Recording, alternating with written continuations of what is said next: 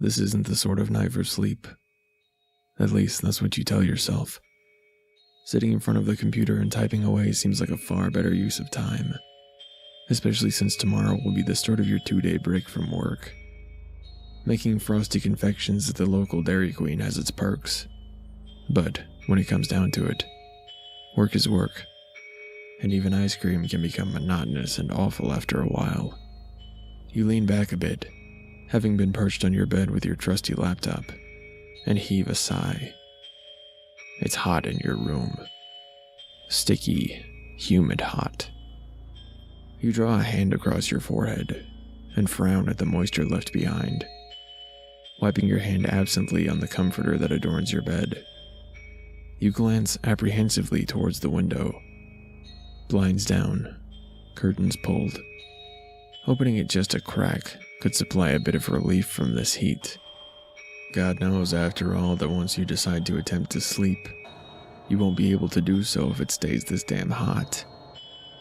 So why does a dull, cold sort of dreading fill your chest at the thought of lifting the blinds? You've looked out that window countless times, in day or night, and got over your fear of darkened windows at a much younger age.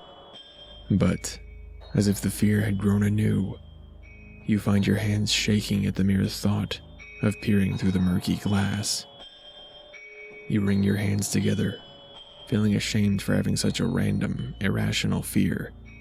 As an afterthought, you glance toward the glowing screen of your laptop, considering updating your blog to alert your online friends of the little panic attack you just endured. You decide against it. It's now 3 a.m. Sweat beads on your forehead. You can't seem to wipe it away fast enough. It's irritating more than anything. What's the point of sweating if there is no airflow to cool you? No, there is none of that in this stuffy little room. You glance tentatively behind you, back at the window. It's starting to look a lot more inviting than earlier. But even so, the feeling again rises in your chest. You bite nervously on your lower lip. You can't leave the room. Everyone else is asleep, and Mom will get mad if she sees you awake this late. And you have important things to do. A blog to run, and friends to talk to. Friends that never seem to say much until the wee hours of the morning. You have to open that window. If you don't, you'll surely melt into a hapless puddle. A sorrier sight than the many spilled ice creams of the children you've served, left to expire upon the hot pavement outside. You steel yourself. This is stupid. So stupid. It's just a dumb window. A pane of glass to keep out the bugs. There's absolutely nothing to be afraid of. Well, really, the window isn't the root of your fear, and you know it. It was the outside, the nighttime, the shadows. It doesn't matter now, though. You like the night, you tell yourself. Besides, being afraid of the dark is for children. Small children. And you aren't about to stoop to that. You edge across the room. The feeling in your chest never left. With every tiny movement of your feet, it swells and grows. You almost feel nauseous. You shake your head quickly. This is stupid. This is stupid. You take a deep breath. You reach forward, and in a swift motion, yank the curtains aside. Your heart thumps a million beats per minute, and your face is flushed. How silly of you.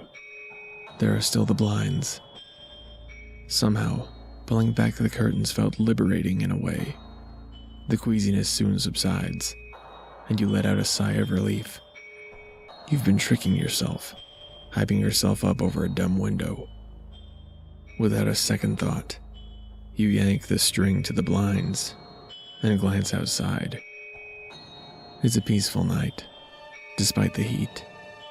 The view of your yard is certainly no different than you recalled, albeit, well, darker.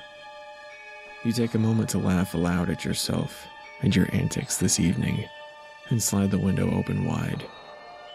All that stress. And for what?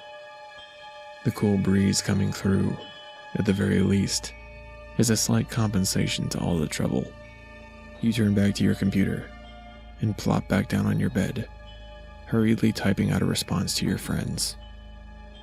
You guys won't believe how paranoid I've been tonight. It took me like 3 hours to work up the nerve to open the window. Can you believe it? I feel like a total idiot. Maybe my emotions are out of whack or something. You stop typing after that sentence. Your fingers hover over the keyboard, quivering violently. In the reflection of the lighted screen, you see 2 glowing dots, not belonging to your alarm clock across the room, or of the television's standby light.